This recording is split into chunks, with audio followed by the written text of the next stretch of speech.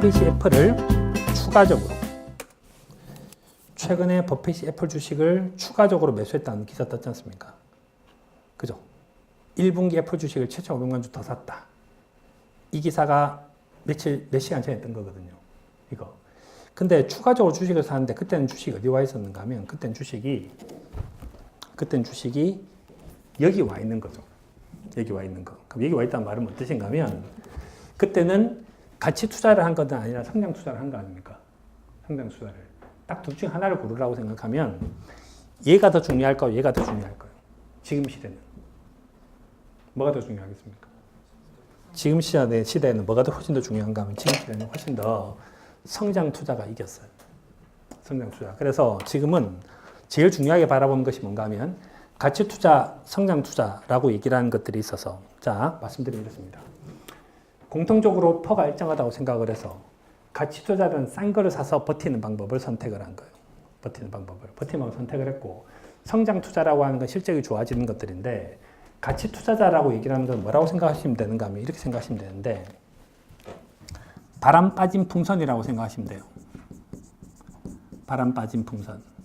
바람 빠진 풍선이라는 말은 뭔가 하면 풍선이 이게 정상적인 건데 바람이 쭉 빠져 있는 거죠. 그럼 시간이 지나면 결국은 바람이 정상이 될 거 아닙니까? 그러니까 가치 투자를 하는 사람들은 바람 빠진 풍선이 이런 회사들은 대부분 개무시 당하겠죠. 시장에서 이제 그 초점이 없을 거 아닙니까? 그래서 이런 회사를 뭐라 하는가 하면 neglected firm이라 불러요. 개무시 당하는 회사. 아무도 거들떠보지 않는 회사. 이런 회사를 어떤 사람은 다우의 개라고 불러요. 다우지수 중에 제일 주가가 많이 안 오르는 회사들. 이런 주식들을 사서 풍선이 정상이 될 거라고 샀었습니까? 그럼 버텨야 되겠죠. 버텨야 될 거 아닙니까? 그래서 이런 투자를 하는 사람들이 뭐라 하는가 하면 장기 투자를 되게 많이 해요. 장기 투자를 하니까 펀드 이름이 뭐가 된가 하면 뭐 신영 마라톤 이런 분 이름이 붙거나 한국 밸류 10년 투자, 10년 이런 식의 이름이 붙는 거예요. 그러니까 여기는 뭘로 분석을 하는가 하면 시간으로 이기려고 이를 쓰는 거예요. 그러니까 가치 투자자는 결국은 시간에 베팅을 하는 거예요. 시간에 베팅. 일반적으로. 두 번째는 성장 투자는 풍선이 커지는 거죠. 그럼 여기는 풍선이 커지는 거고 풍선이 문제가 된 것이 뭡니까? 풍선이 터진다가 걱정인 거예요. 풍선이 올라가다가 풍선이 뻥 터져버리는 게 리스크인 거예요. 그래서 예를 들어서 이런 거죠. 국내 기업하고 해외 기업 둘 다를 보면 뒤에 얘기를 하겠지만 예를 들어서 이제 지난번에 얘기했던 셀트리온 같은 경우를 보면 컨센서스가 있는데 셀트리온의 실적이 이렇게 좋아졌잖아요. 그러니까 풍선이 커지는 거 아닙니까? 풍선이 커지면 주가는 올라야 될 거 아닙니까?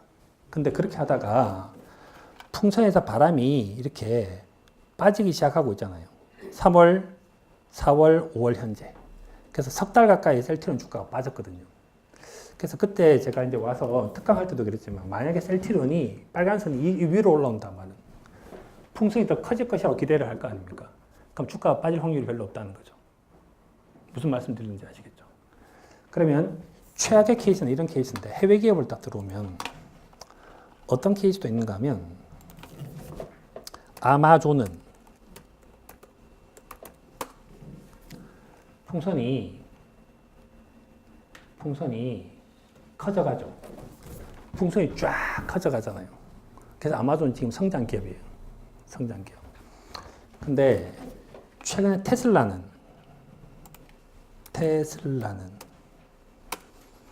바람이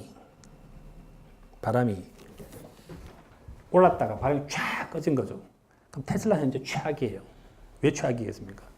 테슬라는 실적은 떨어지고 있는데 펀 사상 최고치에 있잖아요. 그러니까 테슬라가 최악인 거예요.